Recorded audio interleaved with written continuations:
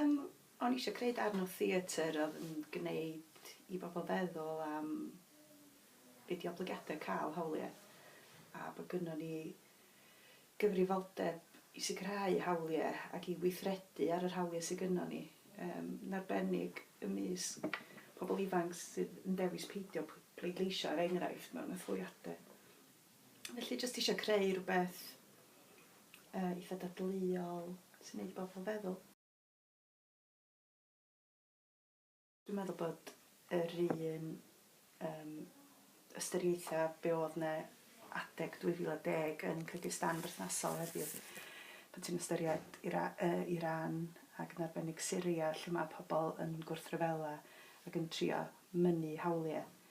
A hefyd achos mi oedd y cynhyrchiad trydwytha oedd hi'n dipyn o lanllaw rhwng datblygu'r cysyniad a'r llwyfaniad a derbyn hyn. Da ni'n gyfarwydd efo'r cysyniad fel cwmni ac yn gallu gwthio'r cynhyrchiad i'r raddfa fwy eithafol o bosib ac i wneud o'n brofiad hyd yn oed fwy synhwyrus ac heriol.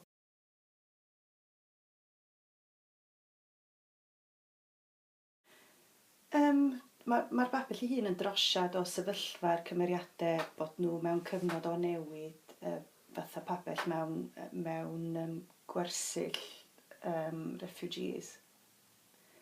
Felly mae o'n gyfnod o ansicrwydd, gyfnod o newid, pan does na neb yn siŵr iawn be sydd o'i blaenau nhw. Felly mae'n brofiad eitha anodd ar y degau.